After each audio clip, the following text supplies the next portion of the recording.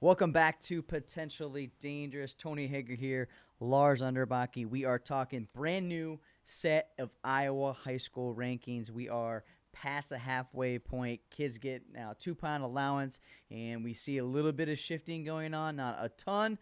But Dan, this is always a great time of year, Lars. We're working on girls rankings. We're looking towards districts. Who's going to have potential matchups, sectionals and districts. It's crazy. I love it. This is the turning point of the season where we're really starting to get people figured out where they're going to be. Yeah, it's definitely a crazy time of the year. Girls ranking's going to get a little insane here. I know we talked a little bit about that. I got about 400 new names, a little more to try to put together and sort through, but we'll do what we can. Always want to get it done. And new boys rankings today. We're gonna have new boys rankings about every 2 weeks now, so it's crunch time.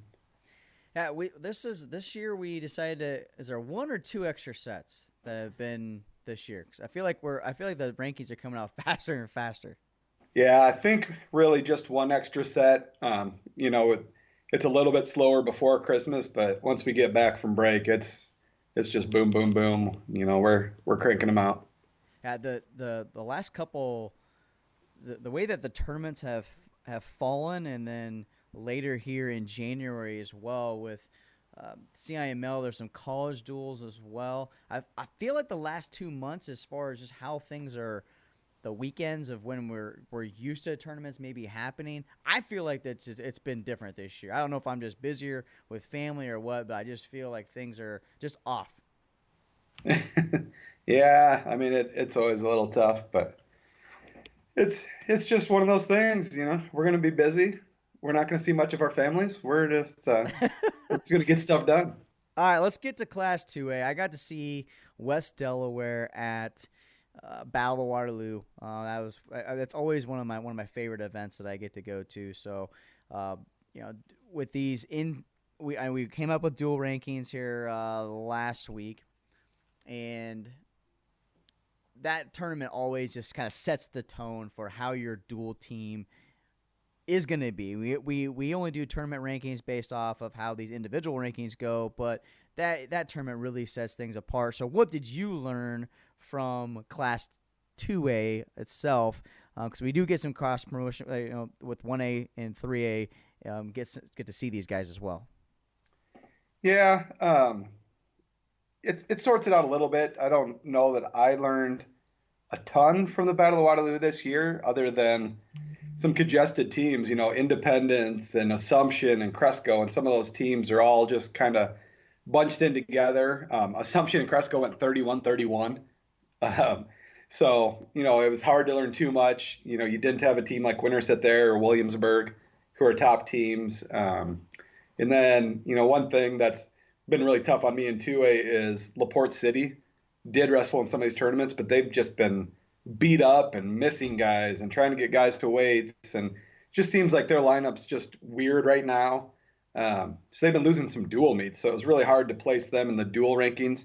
I know they're a lot better than what they've shown. And it shows up in the individual rankings and the tournament team rankings. But when it comes to duels, I just feel like 2A was a little bit of a jumbled mess this year, but I think we got it sorted out pretty good, and we'll get there. And we definitely learned 1A. 1A is to be reckoned with this year. When you look at this tournament, the tournament um, rankings here that just came out, what are your overall thoughts before we get into individual rankings of, is West Delaware the team to beat? Is Union, Centerville? I know Centerville's got some real great individuals. Is this going to come down to a crunch time of who we think is going to win, or is West Delaware going to roll with us? Yeah, I mean, for the most part, I feel like it's West Delaware's to lose. The sneaky thing about West Delaware is, I think they only have 6 guys ranked in this set. Obviously, some highly ranked guys, and that's why they're in first. But the sneaky thing with West Delaware is they've got about 6 or 7 other guys that are really close. You know what I mean? They're just top to bottom, real strong. And I think that's what's going to separate them. Is I think West Delaware's got a chance to get double digits down to Des Moines, and a lot of those guys can score points.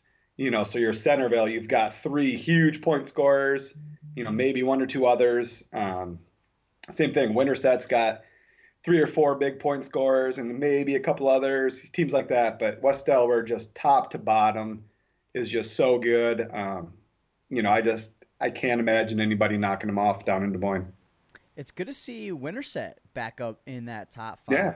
five. That's a team that I just talked with Clint Manning a couple weeks ago just about recruiting in Class 3A or getting kids involved in the program. And at Winterset, that's just what you did, right? And the last 10 years, really, they've really obviously fallen off the map, but you don't hear that name a lot. You hear maybe some individuals, but man, Winterset's in the top five. Yeah, they got this senior class that kind of grew up together, has come in together. So you got, Jack West, Cruz Kibbers, um, Tyler Brown, all these guys. They're not all as much of a household name. Bryce Hatton was in the state finals last year, but West and Kibbers and those guys are just sneaking in there towards the top. You've got, and then you just got solid guys. You got Tully. You've got I can't think of their 70 pounders name now.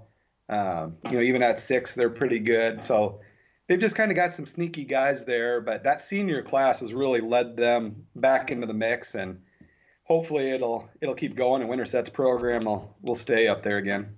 All right, so let's get into the individual rankings here. Did you feel like there's a lot of between last ranking and now? Did you feel like there was going to be a lot of movement, and then you got sat down and done the rankings, and there wasn't a whole lot to really change? No, I feel like 2A was almost kind of boring probably this set. I know 3A you had a ton of movement. I have one new number one, and that's only because of a weight change, really. Um, there was some movement towards the bottom of all the rankings, I feel like. Your 7 to 10 guys, maybe there was some head to heads, different things that happened. But for the most part, a lot of my weights, I feel like the top 5, 6 guys really stayed pretty close. But there's some big things coming up for some 2A teams. Benton this weekend, Winterset this weekend, a couple of really key tournaments in 2A. Osage and Cresco are wrestling tonight. Williamsburg and Independence on Thursday. So this week's going to be really, really big for the next set of 2A rankings. Now, we talked about Derek, or I talked to you a little bit about Derek Bass. A lot of people in the offseason at the AU State Tournament, they're like, you got to be looking out for this guy. He's at number 2 right now from Davenport Assumption. And has he lived up to, can he be a guy that to win the state title as a freshman? Yeah, I think he's definitely got a shot. I think he's in that mix. Like you say, we've always kind of known about him. He's been, a stud in the AAU circuit. The problem is he's always been so small. So he actually faced one of my guys. I coached junior high. He faced one of my guys in the AAU finals 2 years ago, but it was at 75 pounds. So, that kid's a freshman right now, and he's weighing 90 and struggling. So the question always was, is Derek Bass going to get big enough? Is he going to be strong enough? I had the chance to watch him up at the Mount Vernon Invitational, and man, he looked just phenomenal. He tore through Quincy Happel. He beat Donnie Schmidt's little brother Dawson. Just looked just great. There's some videos out on our Facebook and stuff from that event. So he looked really good. He's I believe 23-0 right now. He won't get a chance probably to see Petsampam from Webster City this year, Pet, so we'll see pet, at the state tournament. Pet's a palm. What? Petsampam, I believe. Pet's a Yeah. palm. All right. So Webster City's got a sophomore up a little north there. Webster City. Where I haven't heard that name. That's a name that you remember, dude. He's been around. They just moved into the state. I don't know. I don't feel like it was that long ago, but he's probably been around for 4 or 5 years. So he was a sneaky name. He wrestled for Team Valley. So right around junior high, you really got to know him a little bit, or I did, watched him a little bit, but he's really made just leaps and jumps. And he's the real deal. He's going to be tough to beat. He already has a win over number 3, McKinley Robbins, another freshman, and he's beaten Nelson and Pfizer and a lot of these ranked guys already. So he's had a chance to see them, but Derek Bass, McKinley Robbins, I think are going to be right in that mix with them, but Cam's definitely the favorite right now. Okay. Anybody else here at 106 you want to touch on a little bit here? I think again it stayed fairly good. You got a guy like Jackson Bussa from Comanche. It's been sneaky good down there. Maybe hasn't had a crazy schedule, but he's got a couple sneaky wins and undefeated and just kind of slowly creeping his way up the rankings. So that's a name I'm waiting to see him wrestle. A little bit more of the top competition to see exactly where he's at, but he's having a really nice season out there for Comanche. All right, let's move up to 113. Got to see Carter Fausick at Battle of Waterloo. Obviously, he had a big Spencer with Anderson. What are your thoughts on 113 pounds, returning state champ? If is he, sometimes these freshmen can, I would say get complacent. Is Carter a guy that is obviously, he's had tough competition this year right now. So do you see him plateauing? Is he getting better? Are some of these guys at 113 pounds just nipping at their heels, waiting to get their hands on Carter? Yeah, I mean, I think everybody's giving him their best shot. When you're returning state place winner, you're going to see that. Like I say, he's wrestled a crazy schedule already. He also owns a win over Trevor Anderson, so they've split. His other losses to Bailey Roybal, who's number one right now. So, a couple of crazy matches there, but he's also got some really good wins. Reed Nelson out of Simley, Minnesota, Anderson, Seabrick. He's beat some good kids. And I feel like at the beginning of the year, maybe it was a little bit of adjustment even to weight. So he's not a huge kid, but he's coming up to 13 this year. And, I'm not too worried about Carter Fausick. I think he's still the clear-cut favorite here. Keaton Zymet's always been in the mix. He was right there with him last year as well. He's undefeated, but hasn't wrestled quite the schedule Fausick has at this point. I think those are the top two for sure, but I still think Carter Fausick is pretty clear number one. Now I mentioned Winterset catching my eyes in the team rankings here, and then Bondurant, I went out to watch it wasn't a very good tournament. It was just a little dual tournament to see some of these Bondurant kids, and that's a team that obviously has lots of rich history. And you got Riley Anderson here, a junior at 113 pounds.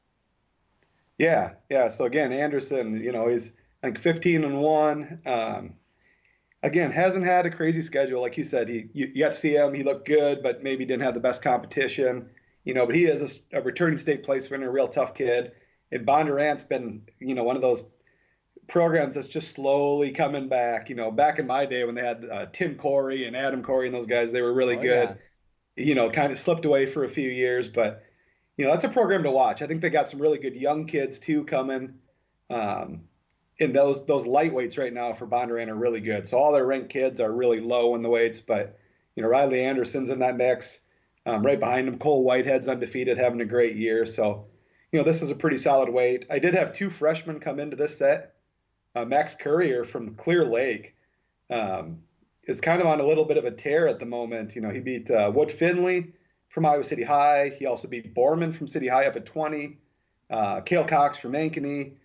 So it's kind of funny. He doesn't have a ton of signature wins at 2A, but he's out here beating up on a bunch of 3A ranked guys here, Tony.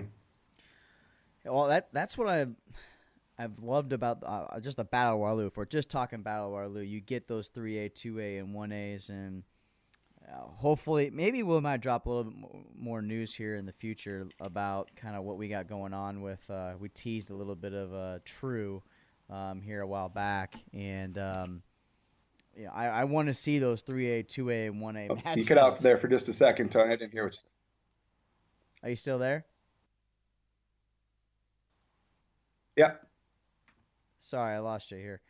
All right, we'll just skip. I've got too many screens popping up here right now. So, can you hear me now? Is it better now? Yeah. Okay. All yeah. Right. So, my bad. All right. So, I was talking about True a little bit is where I was going at with that. But all right, so let's move up. Obviously, Carter Fausick, big favorite. They're at 13, 120. We already mentioned some of these guys from Centerville. They got a couple individuals that are great. But again, a Bondurant Farrar here at number 2. Yeah, Colby Lilligard. He actually hasn't wrestled yet this year. Debated taking him out. I did talk to coach. He said he's ready to wrestle this week. He's been back on the mat. He will be wrestling tonight, I believe, actually. So left him in, returning state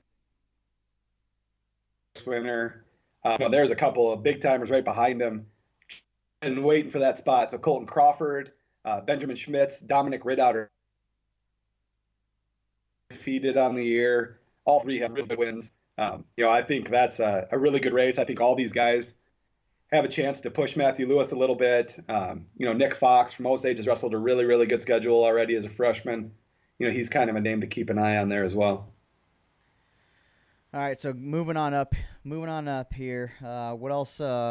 Gino Bonney, Centerville. I mean, these guys, back to back for Centerville studs. Yeah. Gino Bonney, he's got one loss out of state last week, down in Missouri, but he's a couple-time runner-up already.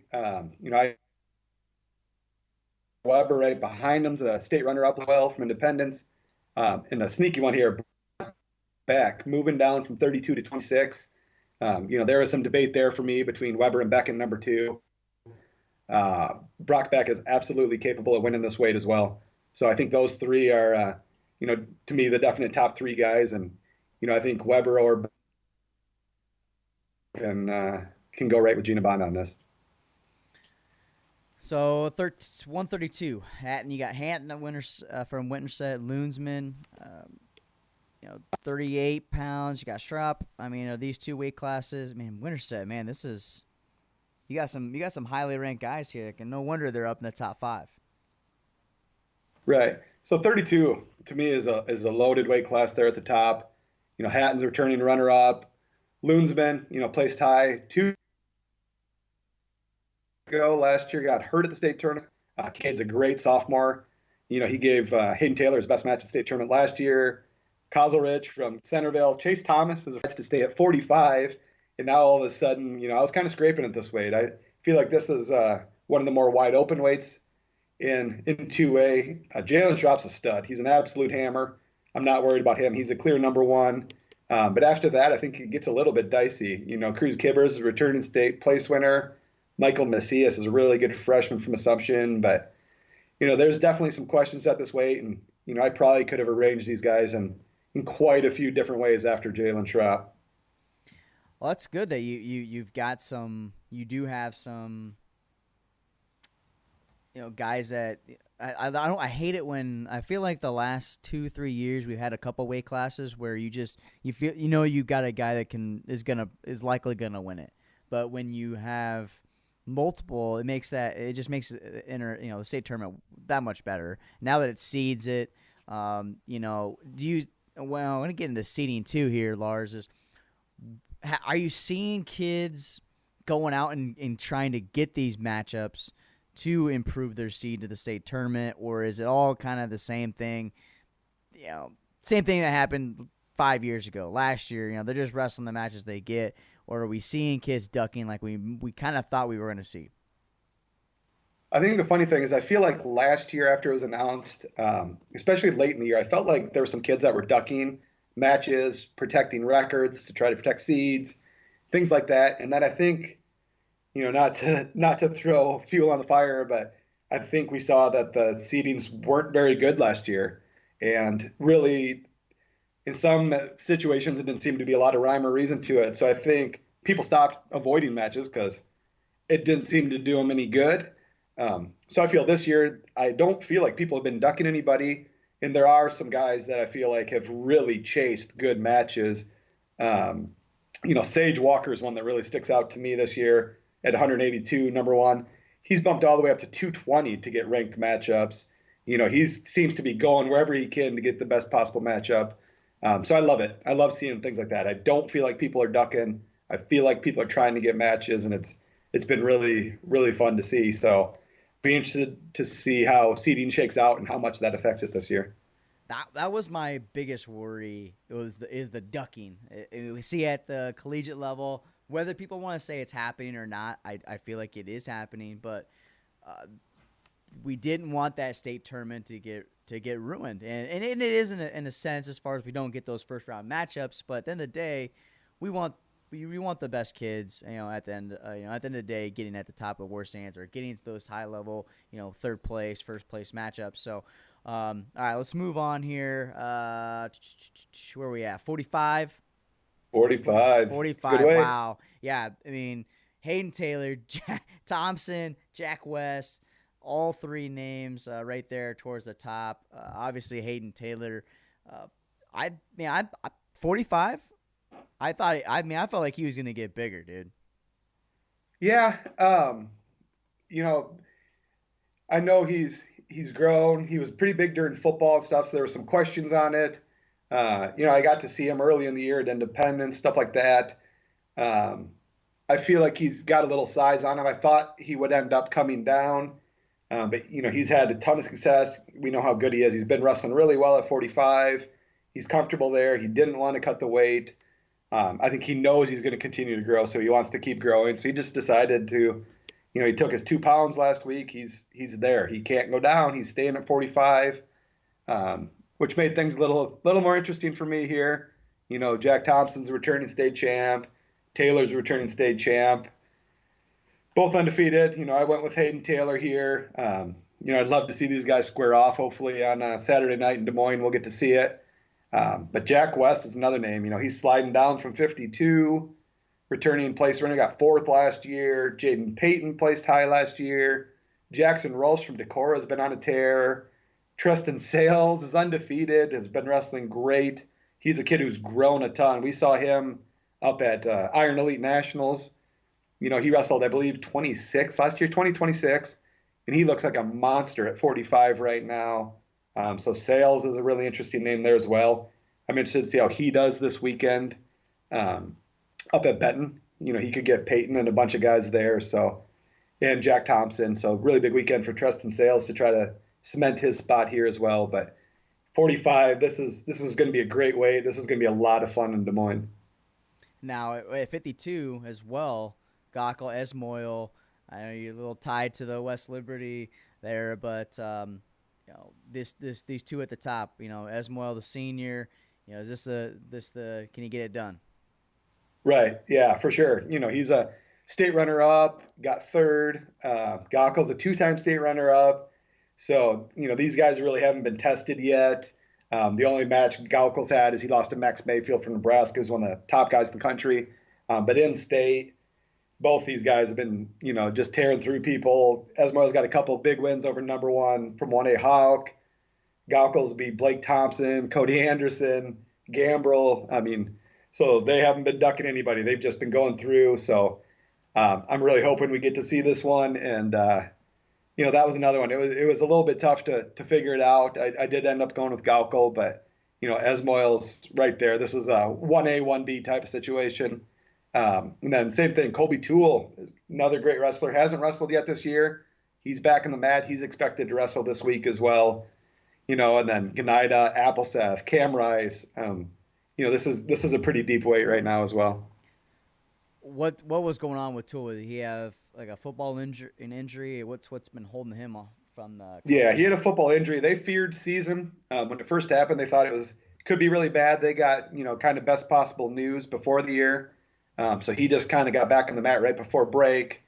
Been taking it slow, but they expect him to be back on the mat this week. All right, let's move up to 160 pounds. Aronson here. I got to see Babcock at Battle Waterloo. Had some big wins, and a lot of people were saying, "Hey, New Hampton, Babcock, that's a name you guys got to be looking for here at 160 pounds for the state championship." Yeah, he's a guy I've had ranked the last couple years. I expected big things from him when he first came into high school. He's had 2 solid years, but he just hasn't finished the way he's wanted. He didn't make the state tournament last year. So coming in, I had him a little bit low to start the year. But yeah, he's wrestling great. He's got one loss to Nactaborn, but he's He's already beat Zach Williams, Kale Meyer. He goes up and knocks off previous number one, Jake, what is it, Mathidis from North Scott. So Yep. Babcock's on a tear. The only problem is you've got Justin McCunn and Adam Aronson sitting in front of you as well. Um, so I don't know. Those three guys have all had great seasons. Aronson's obviously got the offseason accolades as well. We've seen McCunn. He had a big win for us at Night of Conflict and stuff as well. So this is a really good way. Zach Williams heading to Upper Iowa. I mean, there's some real studs here. All right, so moving up to 170. These are the guys at this weight class. I I feel like have always been just like right here, right? I mean, in Cole Davis, Independence, Jax Flynn, Jared Voss, Spencer Newberry, and then Caleb Swalla, big football player. Um, this is a year for these guys to step out, and as far as recruiting goes, Newberry, Voss, these guys, Swalla. These are this. I feel like this weight class is up for the taking, but I'm not a two-way guy. Yeah, I feel like these top six guys have been beating each other. Well, top five guys have been beating each other up for the last 3 years. On any given day, I feel like any of these guys are going to beat each other. Mason Griffin moves in from 1A last year. He's in that mix as well. Um, Honestly, Davis has maybe separated himself just a little bit so far this year, I think. Some nice wins, but honestly, those top six guys I could probably throw in a hat, and I could pick any six of them to win the state tournament. I really think that those top five, six guys are so close to each other that it's really hard to figure out. And then a guy like Sinwell's been wrestling really well from Charles City, had a couple big wins as well. So this is you maybe don't have your number one clear cut top dog, but it's going to be a fun weight just because you don't know who's going to be wrestling Saturday night. Now, I don't know a lot about 82. Tell us a little bit where that's kind of been feeling itself out. Sage Walker. Obviously, I know that name, but some of these other guys down the line. You've got Reese Moore there as a sophomore at 7 here in the latest rankings. Kid from North Polk Miners. Some of these lower ranked guys. Is this Sage Walker weight class, or some of these other names possibly a Newhouse? Some of these other names can take the 182 spot. Yeah, I mean, I think Walker's pretty clear cut. This is a weight I'd probably be pretty surprised if anybody else won it. I think Sage Walker, if anything, is maybe underranked or underappreciated in the state of Iowa. I think he really is one of the top guys that maybe doesn't get quite the love. He was hurt last off season, didn't get to go to Fargo. He was a Fargo All-American 2 years ago. So really good wrestler. There's a couple of interesting names behind him. Abe Michael from Maquoketa has had some really big wins in his career.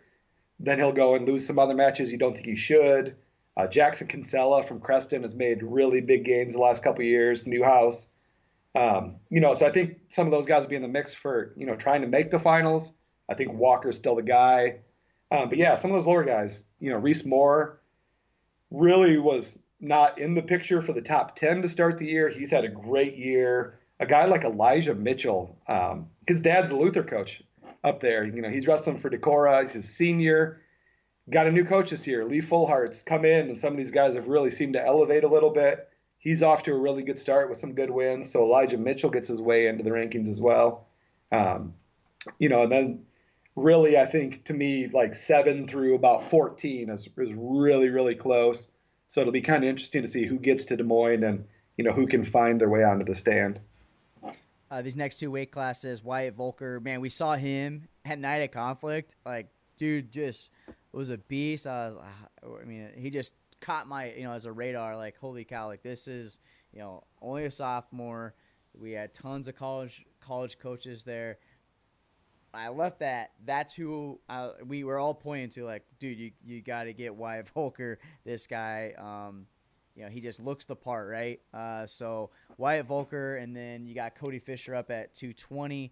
These two weight classes, fill us in a little bit on those. Those two names at the top, though, I think a lot of people are familiar with.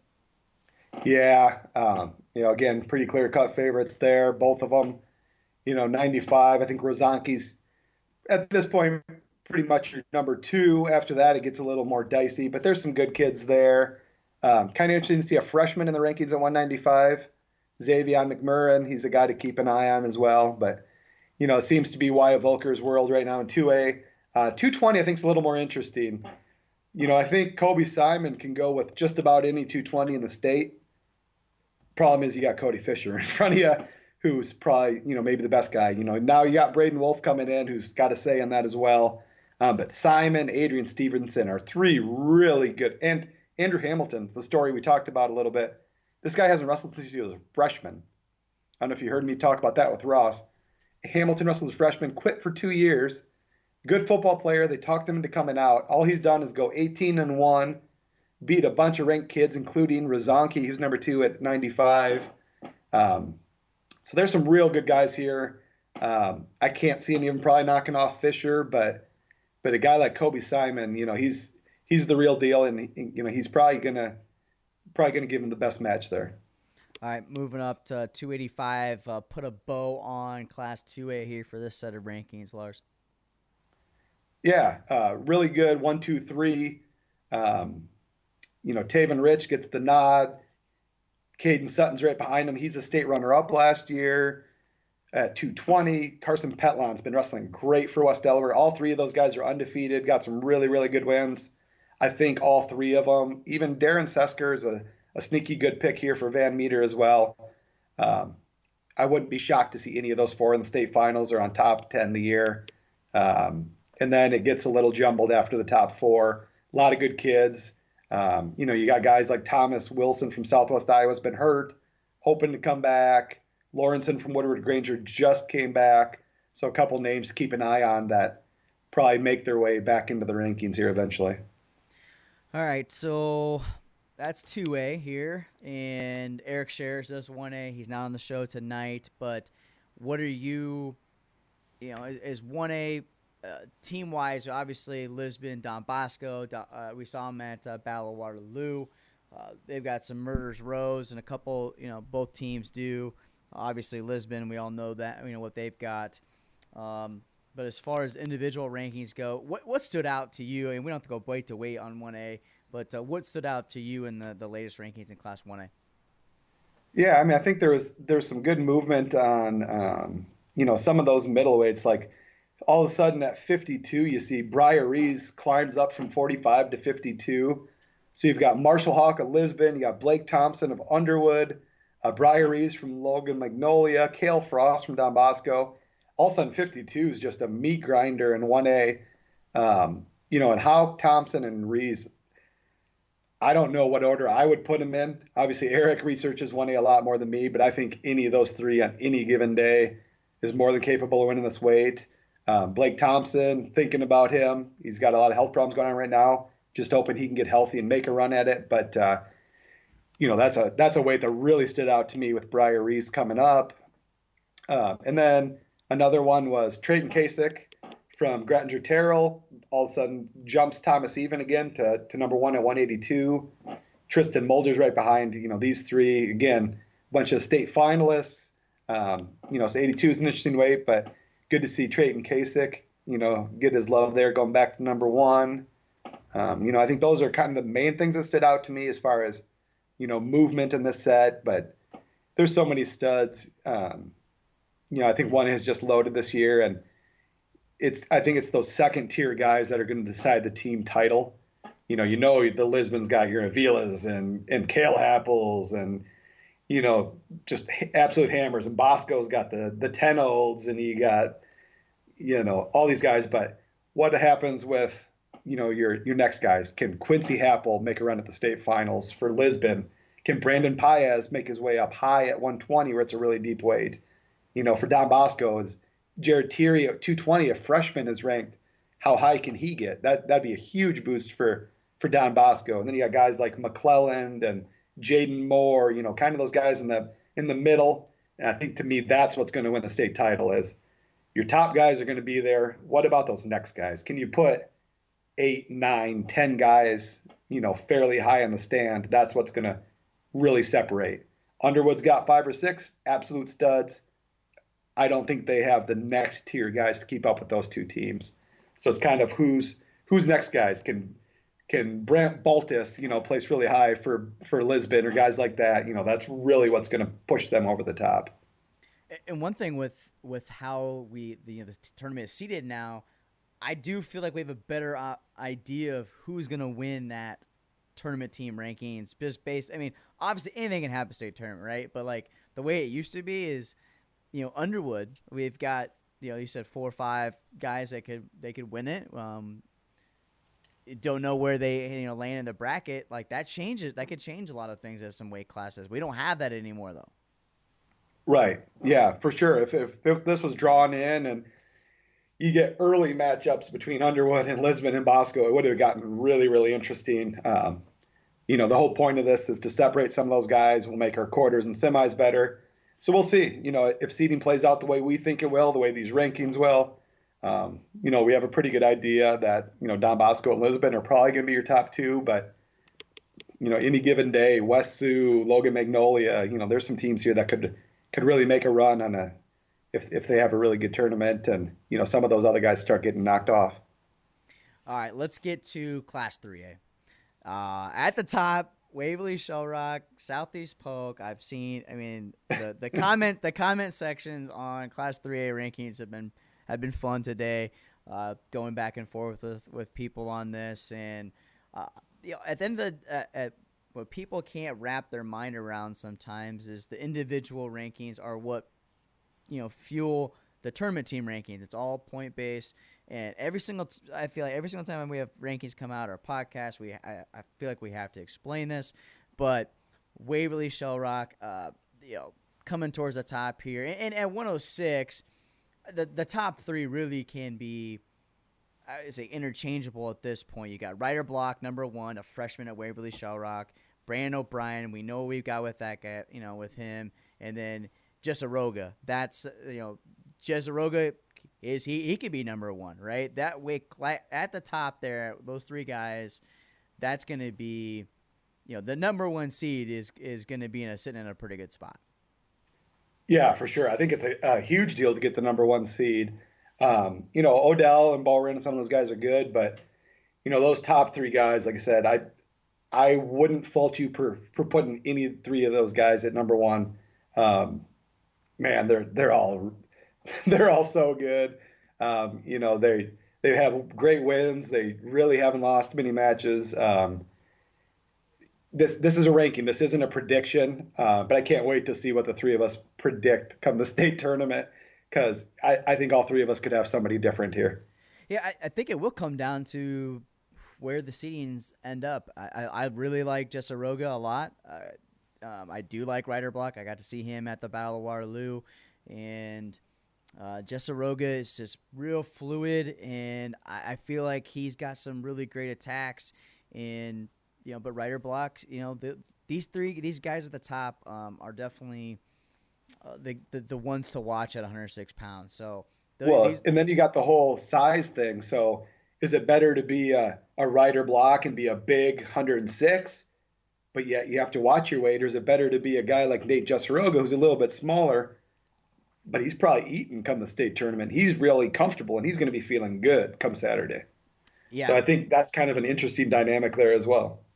But then, then you've got, the multiple weight pound allowance too. So that might, factor into that. A guy like, Ryder Block and O'Brien, who are a little bit bigger now, they're getting those weight allowances. They, that at 106 pounds, that can, come into play. So, 106. Well, I got to ask you about 13 though, Hager. Yeah. This is a big one. This is a really big one.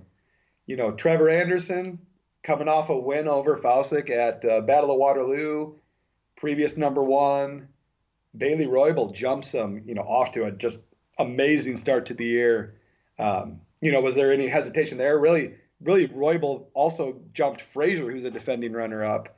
What's the thought there? Was there a lot of debate to that one? I think with the win over Fausick was big for Bailey. That's then you get is does 1A 2A mean anything like when they had those matchups, like because it's not head to head with 3A. Anderson and Faucic have gone back and forth.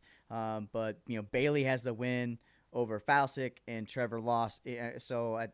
That's kind of where that thought process is. I think Bailey is a big 113 pounder.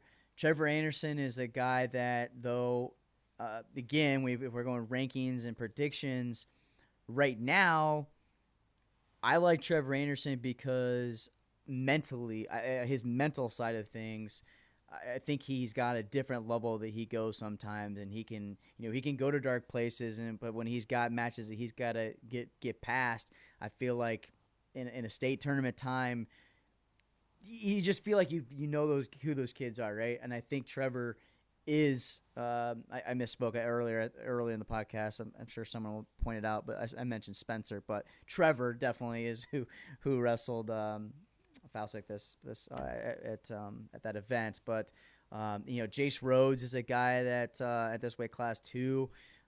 He's had a lot of success coming up. Is he getting big enough? Is he too small for 113? I don't know, but man, this is gonna be this will be tough. I mean, who do you like, Bailey or Trevor? That's a tough question. I haven't had a chance to see Bailey Roybal live this year. I've seen the results and been super impressed. I've had a chance to watch Trevor already this year. Obviously, we know what they both are. I've seen Blaine Frazier multiple times as well. Um, so I kind of just want to see Bailey Roybal live, for my own eyes. I felt like coming into this year, Anderson would clearly be ahead of him. But looking at the results, I just feel like Roybal's made these huge jumps, and I just can't wait to get up. I know we'll be up in Waverly here in a couple weeks for Girls State. It's also the Caldwell Invitational, so we'll get a chance to watch Roybal, hopefully against Faucic. So getting to see that with my own eyes, I think will be a big deal for me. For as far as a prediction going into the state tournament. Yeah, when I look at Roybal and Anderson like face to face, like Bailey's just all like kind of cool, calm, collective, and he seems to have a lot of fun. Trevor is on the more serious side of things. So the mental there, they're on the both side of the spectrums. I'm not the coach on either one, so I can't really tell. I'm just going off of what I saw at Battle of Waterloo and how those guys reacted. So that'll be a fun one at the top. But 120 pounds. This is Drake Ayala's world, man. Yeah, We just live. yeah. Where Drake Ayala has got to, and the coaches and people in Fort Dodge, he's not going to get pushed. I saw him at Council Bluffs Classic. Go back and watch his matches. Mainly the one in the finals at Council Bluffs is he pushing himself, like, or is he against the tough kids? In Iowa, the rules that we have in place absolutely suck. Like it hurts guys like Drake Ayala, and then these guys like trying to get to the next level where Ayala is. I mean, he's far above a lot of people in the state right now. These big time matches really, really hurt a guy like Drake Ayala because he doesn't get any during the season to push himself. Obviously, he's in the Siebel wrestling room, but you can get complacent in a room like that. Like I've seen him get beat this year in Iowa. I saw a Facebook Live of him and Drew Bennett wrestling. So he had to go yeah, to college kids to, bring them back to get matches. So, I agree with you wholeheartedly. We've got to open up the borders. We've got to let kids travel. We've got to let better teams come in as well.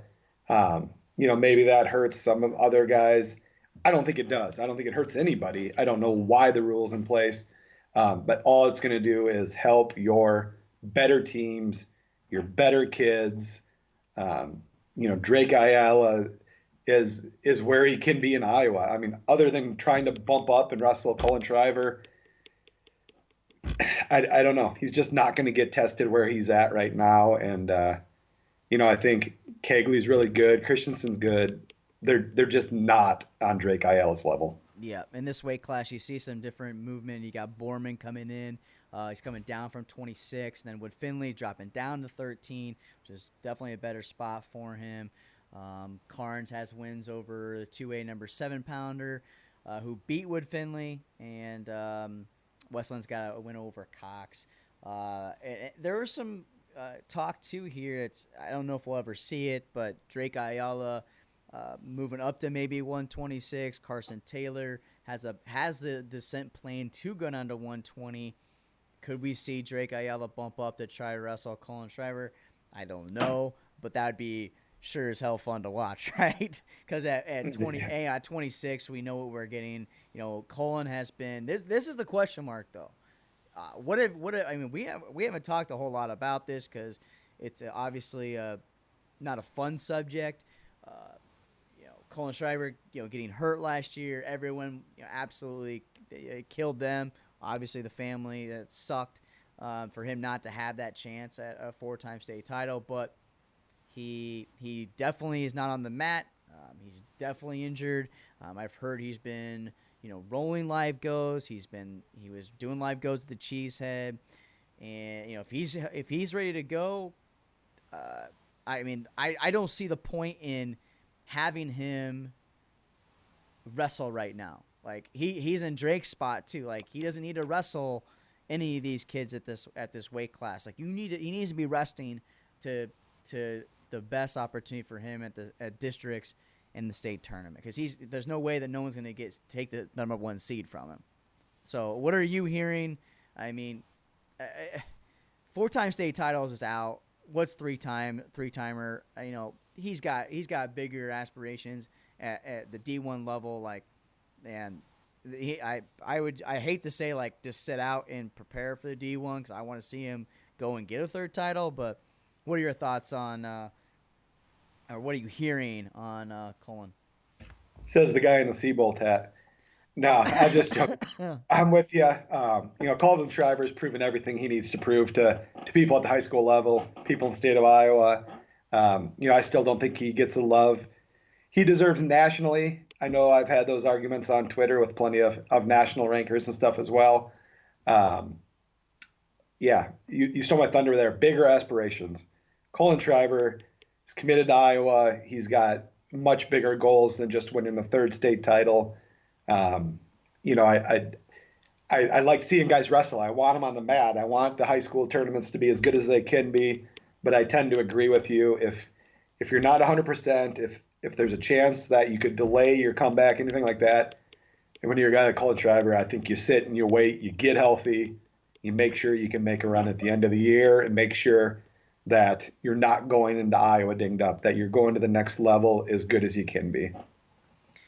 So, under 20, I mean, if things open up, Carson Taylor there, Aiden Evans, that weight class obviously opens up a lot. Do you see people, moving down? Do you? So let's move up to 132. Hunter Garvin, I think he's real solid. He's solid right there. Was right there for the taking last year. Aiden Riggins, he's all the way up at 132 pounds. Do you see? If Colin isn't there, do you see Riggins, drop down? Obviously, we know he can cut a little weight. What are your thoughts there at 132 pounds? Man, Riggins is big though. Yeah. If you see him now, he's a full-fledged 32. I don't know. He's Maybe grown up maybe a he little thinks bit, about eh? it. What's that? Said he's grown up a little bit. He's definitely grown up. He's there. He's definitely a 32 pounder. So I don't know. I don't see it, but I'm not in there with him cutting weight. I don't know exactly where he's at. And to me, I think Riggins is good enough to win it at 32. I think he's going to give Garvin everything he wants as well. I know Riggins got just a little dinged up at the Clash. Hopefully he's doing good and he won't miss too much time. So I don't see it. I don't think they slide down. And Carson Taylor and Aiden Evans are the real deal. Bryce Parks had a really good year. So, I don't know that they go chasing that weight either. I think, a guy like Riggins, even Brock Esplin, they're in it to win it at 32 as well. Esplin's been on a bit of a tear. He stood out in this set of rankings. He's been tearing through my 2A right now. He's got wins over Kincaid and Kozlerich here within the last few weeks. So he's wrestling super well. I don't think any of them go down. I think 32 is a fun weight just the way it is. I mean, I'm not saying that Riggins should go down, but I guarantee that's been a thought. Should he? I mean, he's top two where he's at, but does he have a better shot at 26? I don't know. that it's all that whenever you see the top level, the top guy possibly going out, you can't tell me that thought doesn't go, across the mind. So another, I guess, some notes Right. here. Notes here at 32. Keaton Moore at Norwalk, he comes in, he's back in the lineup. Wyman, he's at top 10 for Mason City. But let's move up to 38. Caleb Ratchie. This is one of those upper level guys too. When you're talking about Ayala, national level type of dudes, where they can maybe can they push themselves at this weight class? Where who are they gonna see? James Edwards from Johnston, Drayson Phillips, Fort Dodge. A lot of these guys underneath Caleb Ratchie are in the same kind of spot that people are where under at 26 is, it's going to be tough to take out Ratchie, right? So who's going to push people for third place and second place? I think this weight class obviously is all Ratchie here at 38. Yeah, 100% agree. There's some really good wrestlers behind him. I think it's more a race of like 2 through 6 or 7. I think is more tight. Like say for that second, third spot. But I'd be pretty shocked if Caleb Ratchie doesn't win his second state title this year. So it'd be interesting. Carter Martinson's a guy. It looks like he slid down just a little bit. I think he's a guy in that mix as well to possibly make a run. If he gets into the top 2 or 3, is that something that can help push Southeast Polk over the top? And there's just this. As far as these matchups at this weight class, we haven't seen a lot of head-to-head that has changed anything a whole lot there. So at 45 going up, there we're talking about the Shrivers. Colby didn't wrestle at Battle of Waterloo, and then I did see that he possibly got hurt this weekend as too. What are you hearing on the Colby side of things here? Yeah, haven't heard a whole lot on that. I'm hoping it's just dinged up a little bit. Hopefully nothing serious. Be interesting. I think him and Devin Streef's an interesting one. Sam Callum will be in that mix as well. This isn't. We talked about some open weights in 2A where you don't know necessarily who's going to win it. I feel like that's what this weight is. There's no top, Ratchie, Ayala, Shriver type, Colin Shriver type.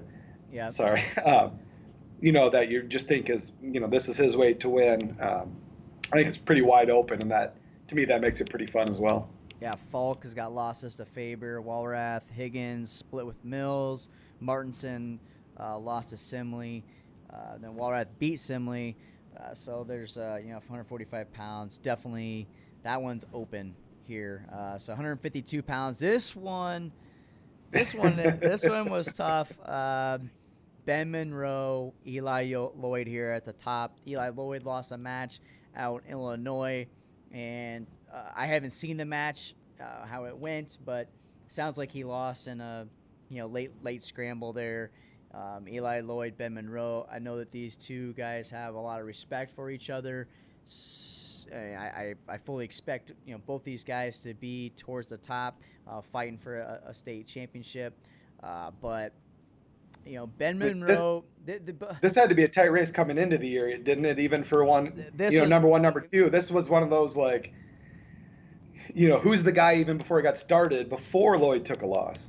Yeah, I would say, weight. Ben Monroe, where he's been at, just gradually getting bigger and bigger, and Lloyd, we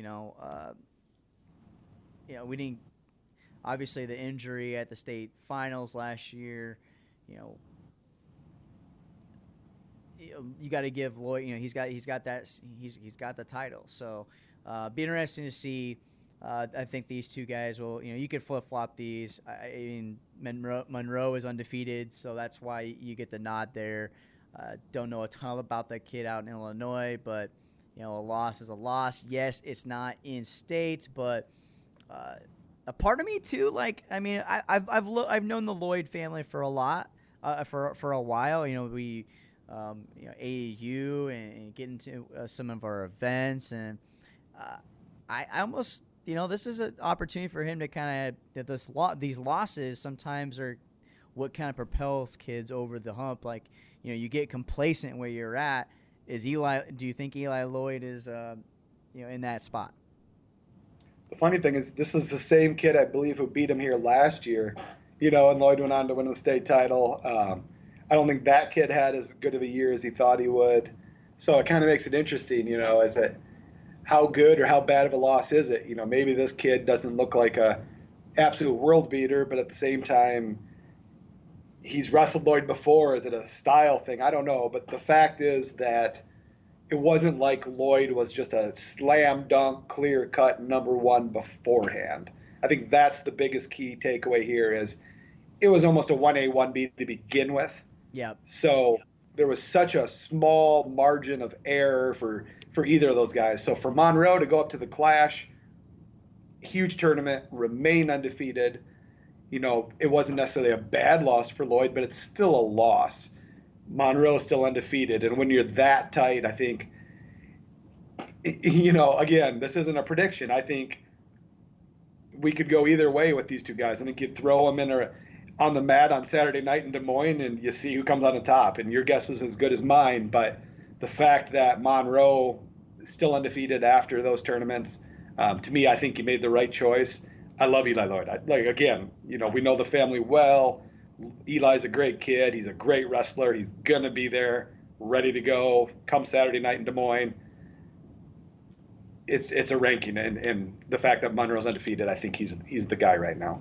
Yep. And so I want to talk a couple of these other guys, like Caleb Corbin in West Des Moines Valley, and then Camden Barta, wrestling really hot right now.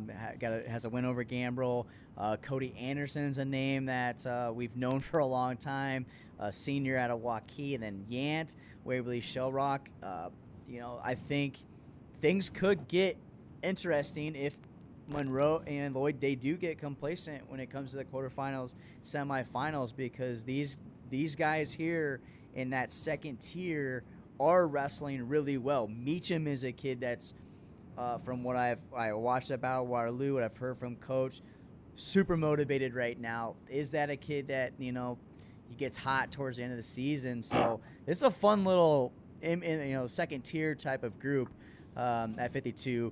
Moving up to 160, I know that you're big on Nectar Boren, Caleb Helgeson, kid from Johnston, obviously a kid who I know a little bit about here in Johnston. The Helgesons have had tons of success at AAU level.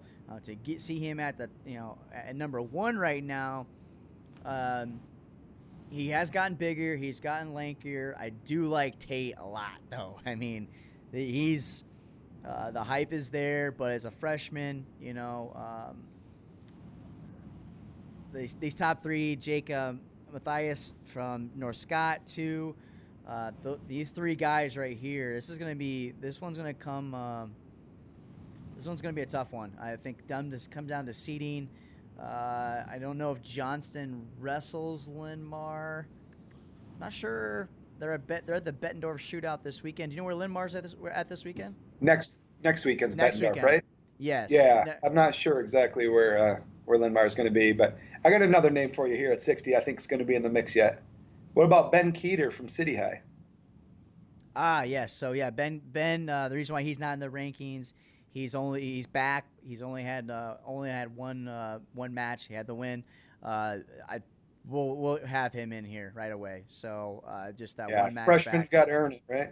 Yeah, that's kind of what we've kind of grown wrestle from is you've kind of got to earn it. Usually it's in the first set of rankings, but I mean, I say earn it. I mean, everyone knows that name, but so we'll kind of see where he falls in line here with a couple more wins. 170, Logan Niels, Ankeny Centennial, Mickey Griffith, Haggerty, 3 from Waverly Shell Rock is a freshman. Plummer, Linn-Mar, number 4, Barker, number 5. This weight class, how do I want to say this? Haggerty is wrestling really well right now for Waverly Shell Rock. I feel like that team is really hot. They've had a tough they have a tough ass schedule. So you know that they've been tested. And if they're winning, you know that some of these guys are going to be tested, and battle tested when it comes to, districts in the state tournament. And if your team's running hot, you're likely going to run hot too, right? That momentum of Waverly Shell Rock's got right now, though, some of these weight classes could you don't know if it's going to go your way or not, but Waverly Shell Rock is really hot right now. To me, what stands out about 170 is we've talked about some of these weights where there's these two or three guys that we're looking forward to this final matchup, and that to me, as somewhat of an outsider looking, obviously I'm familiar, but 1 through 10, I feel like this is maybe the deepest weight or one of the deepest weights in 3A. I look at guys like, Campbell and Klusner and Davion Montgomery as really good wrestlers down here at the bottom of the lineup. You got Ashton Barker at 5. This is a guy coming into the year. I'm thinking Ashton Barker is probably going to be in the state finals. I still don't know that he won't be. He could be in the state finals, yeah. But he's sitting all the way down at 5. You got the freshman stepping up. Mickey Griffith, we've talked about at length after Independence and how great he's looked. So I think there's a little bit of an opening here for a lot of guys, but I think this is just a extremely deep weight, 1 to 10 in my eyes. Yeah, 182. Moving up here too, I feel like that's kind of the same scenario, right? Huff from West though. I'd be shocked if he's not towards the top. Obviously, he's ranked number 1 for a reason. I like Gamble from Waukee. Brindley, we're talking about when teams can get hot. Ken Brindley, he's a senior. Southeast Polk. Southeast Polk always has that one kid that you haven't heard that name of. He's a senior. He's been grinding through, and he comes out. So 182, I think, is in the same sort of spot. Yeah, and I feel like there's even a couple names that dropped out that are pretty good. Guys like Ostendorp and Lee and some of those better names. So again, just kind of a deep. I feel like, like say Hoft really is the number 1 guy. I don't think there's a ton of question about that. But at the bottom, and even a couple of guys maybe outside looking in, that it's just kind of a deep weight that's going to be fun, and seeding and stuff like that could really come into play.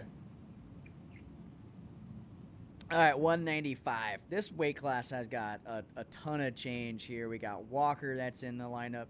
He was at JV. He's in now. Johnson's in the rankings. Sire's in the rankings. You got Wolf that bumped up to. He's bumping up to 220. Harvey 182. He's bumping up into 95. Then you got Frazier coming in as well. Man, this weight class has. And I don't know if they're all coming in or going out. Gabe Christensen, obviously, at the top, senior. I've been a big fan of Levi Igley from Fort Dodge as well. Tony DeGroat. So, Levi at number 2. I just feel like I don't know where he's ever at. Is he ready to go to that next level? I don't know. Gabe Christian is, when we talk about guys that likely gonna win the state title, Gabe is right there towards, that list. If you're taking a fantasy team, Gabe Christian is in, your top 5 probably picks to win a state title.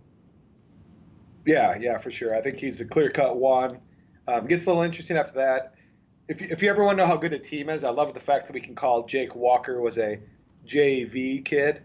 That just happens to step in at number 6, because Braden Wolf decides to go up. Again, another huge bump for Waverly. All of a sudden, Wolf moves up a weight and moves up in the rankings, and you get your next guy in just happens to come in at number 6 in the state. And he's capable of doing better than that, too, which is even scarier. So, yeah, again, I think Gabe Christensen's a clear-cut number 1. After that, to me, I think the next 4 or 5 guys are pretty wide open in my eyes. Like I say, I think Egley's capable of being the guy. Can he consistently do it and prove that he's easily that number 2 guy? I don't know. So 220, Braden Wolf going up for Waverly Shell Rock. There's been talk about where he is going to end up. he has the ability to kind of go where he wants to go. So 220, if you're at that weight class, you're not excited about it at all. You've got Wolf is in, Walker's up at 285. Wolf's got a fall over Linehan. Thorson lost a 2A ranked 195 pounder Harlan. Yeah. See what else here at this weight class. Yeah, Braden Wolf immediately Caleb Runyon, obviously that's a name that a lot of people are familiar with as well. But Braden Wolf is he's one of those guys that's why I'm glad that they made the 220-pound weight class. Like, he's just really fit for it. Yeah, for sure. Like I said, I think Braden Wolf just immediately raised the whole level of this weight class. I think it was pretty wide open. At this point, in my eyes, I consider Braden Wolf a pretty clear-cut front runner at 220. After that, we'll see. But I'd be pretty surprised if we don't see him in the state finals. All right, 285 Little. I like Greenlee too. I've seen him. I saw him out at Council Classic. I'll see him. We will be streaming the Jack Mendenhall tournament this coming weekend. Wasn't for sure if we were going to do it, but we'll definitely be there. Josh Weiss, C.R. Kennedy.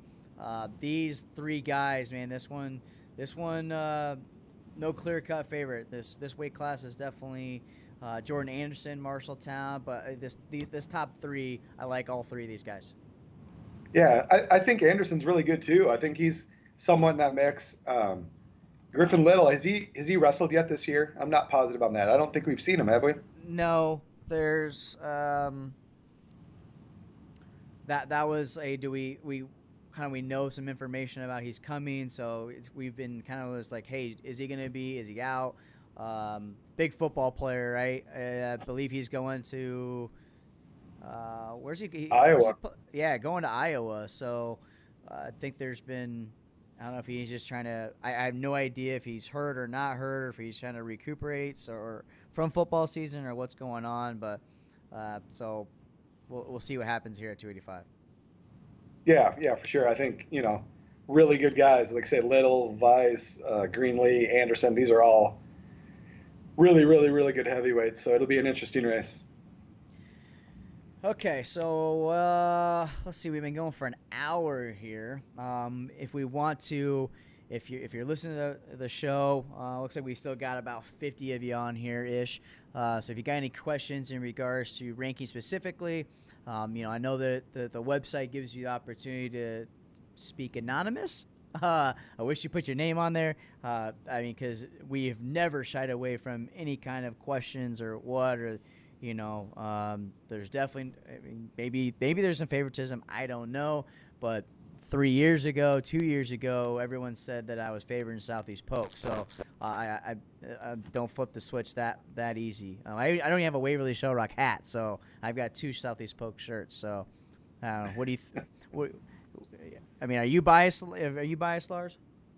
I try not to be. I think if anything, I probably am mean to the teams that I'm close to. They probably don't appreciate me.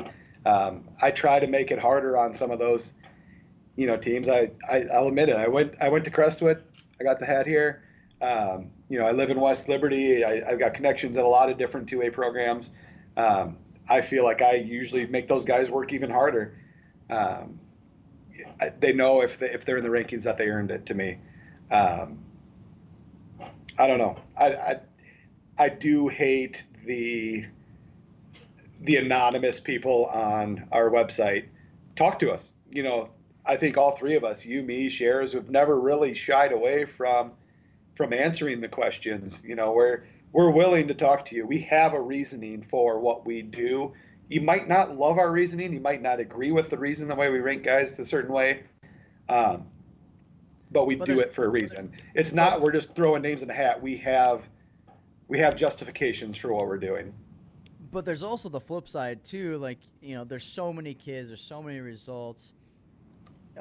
midway through the season, you kind of know what where your hand is at. Obviously, the first set of rankings are a little sketchy, but you might miss something, right? That slips through. There might be a result. I don't know. So I mean, it's good to get that out there. If you're anonymous, I mean, sometimes it's those comments just don't get looked at, or we just kind of wash it away. So this opportunity, the podcast that we're doing, here's that opportunity. Um, to put the comments in here. We'd happy to and Twitter too. Twitter is probably the easiest way. I mean, I'd be shocked if there's somebody out there that says, IRL didn't listen or didn't reach out to us or give us an explanation. Yeah, you might get a little snarky remark.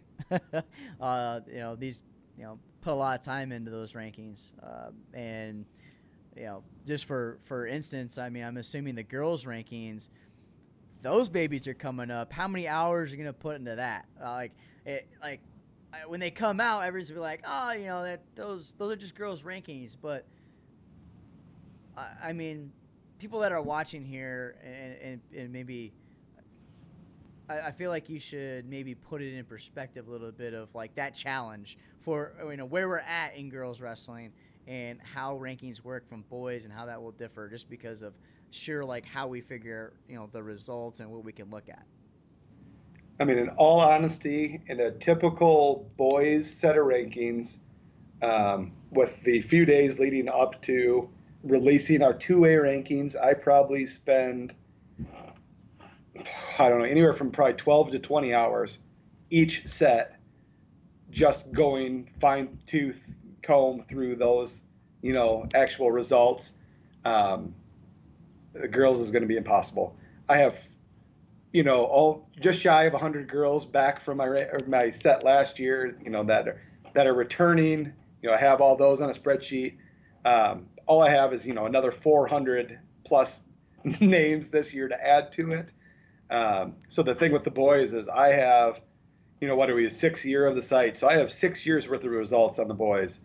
I have a crazy spreadsheets. I have all this information. Really, all we have to do each year is add the freshmen in. We know about most of the other guys. The girls jumped. They over tripled what they were last year, almost quadrupled what they were last year. So to have 400 new faces, trying to figure out where to put them, and then there's stuff like some of these tournaments don't give you the actual weights. They do their catch weights and all that. So try to figure out where to slot them in weight-wise is going to be a trick. Finding results is a trick. You go to look up a boys team, it's a lot easier to find results. The girls aren't separated. They're in the mix. And then you're having to deal with looking at the boys' seasons and separating out where did the girls wrestle, where did they not. They don't have their own separate rosters and teams. Then you get into some of the girls and they're wrestling, say like an Allie Gerbach is wrestling varsity for the boys team as well. So you're sorting through how much do you take boys' results into play? Not a lot. But you have to then sort those out, find only her girls' results, last year's results for her, luckily. So there's just a lot more factors coming into play in just all these new names. A lot of people might know your Tatum Parks and Chloe Clemens and Millie Peaches, those top girls that are returning. Everybody that follows girls wrestling in Iowa knows those names, but how many people necessarily know, these first year wrestlers that might be really good, even names like Tony Malloy and Charles City and Janelle Avila and Lisbon. And there's just so many random people out there that people might not know about that are so good at wrestling that it just makes these rankings so hard. And they're not going to be pretty. I'm going to spend a ton of time into them. I promise you, I'll do the best I can. It's going to be tricky. This is probably going to be the hardest thing I've ever done in wrestling. So what we're saying is, if you want to give some input, that'd be great. Reach out to Lars if you have if you've got a finger on girls wrestling right now. Love to hear from you. It's not that we want to make it easier. We just want to get them right, because the girls, girls state championship is coming open around. to feedback. So here's a question that came in. Dan, he's asked, do you value a pin or a major decision more than when you look at wins versus quality opponents when making rankings judgments? So I think for me, it all comes down to the head-to-head matchup, who they're wrestling. I at some point I'm like, I want to, a tech is a tech, but like, are you just playing with the kid? If you tech the fifth ranked wrestler versus pin them, I think that means more than a pin. But if you watch the match, it all kind of that changes things too. So I mean, if it was you know a scramble and you pin them, it's hard without actually seeing what happened. But with a tech, you know what the heck happens. You know how many near fall points they get. That's a dominating factor. But at the end of the day, for me, it's all in that head-to-head matchup and who beat who previously. Lars, what are your thoughts? Yeah, I somewhat agree. I definitely look at a tech better than a pin just because it could be a headlock, it could be a wild scramble. You never really know if you didn't see the match exactly what the pin situation was, what the score might have been beforehand. Um, and in some ways, it can play a little factor. To me, it only plays a factor when I'm really getting nitpicky. If there's two guys and I'm like, I don't know which one's number three and which one's number four, um, I might look at one of them and go, wow, he's dominating people. The other guys had some closer matches. Maybe it plays a factor. Um, I'm not going to look at somebody and say, oh, they're just automatically going to jump somebody because they majored another guy. It's more of a slight factor, but like I say, head to head is a much bigger factor. And to me, to an extent, a win is a win. If you're undefeated and you've wrestled some really good guys, that's enough for me. It doesn't matter to an extent if it's 7-4 or if it's 12-4, um, until I get really down to the nitty gritty, and then it's like, okay, how do I separate these guys? Some of that comes into play, or if they're 1-1 against each other, you can look at Trevor Anderson and Carter Faustick if they were in the same class, and all of a sudden it's like, okay, they were 1-1 against each other last year, they're 1-1 against each other this year. How do you start separating guys? Hey, one of them majored the other one is a 1 point win. Maybe that comes into play. All right, so thanks for the questions. See, there's any other more here. What do you guys think about Isaiah Weber? Weber. Yeah, sorry. Uh, Weber's good. He's a guy we've obviously known a lot about. I tried getting him into War at West Gym last year, things like that didn't work out.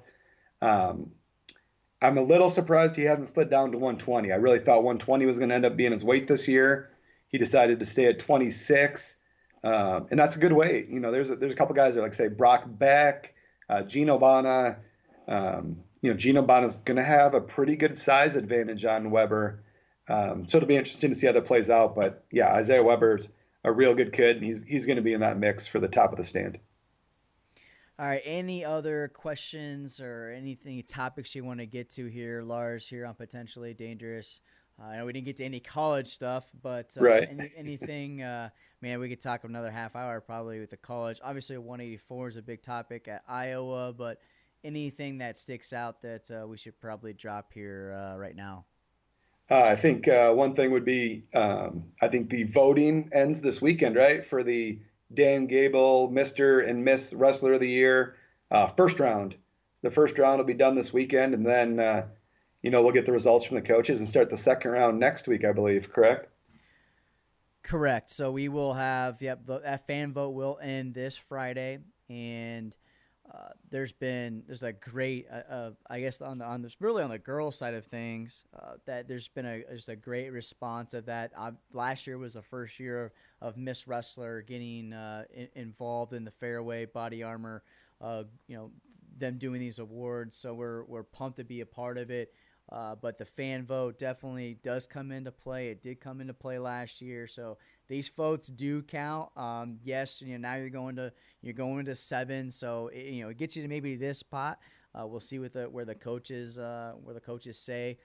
So we'll have from 7, and then we'll go down to 3, and then there will be another fan vote obviously for that last vote as well. So we're excited to be a part of those awards as well.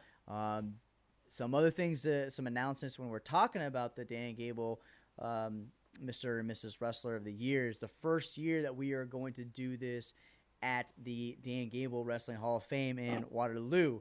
It's been in Des Moines. It's been at some restaurants. It's been at the Hall of Pride, and it's been at Fairway last year.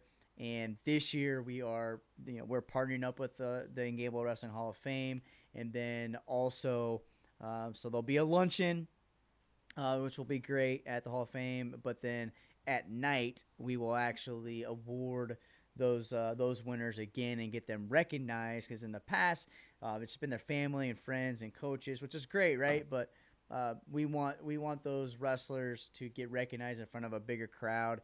We will have an event at West Gym that I am excited to get out there. I'm horrible at surprises. We have threw out a tweet out there for True. You've maybe seen it a while back here, a couple of weeks. We will be getting some stuff out there on what True is. But if you are planning to be at we talk about these rankings, you plan to be a guy at the top, definitely pencil in that weekend.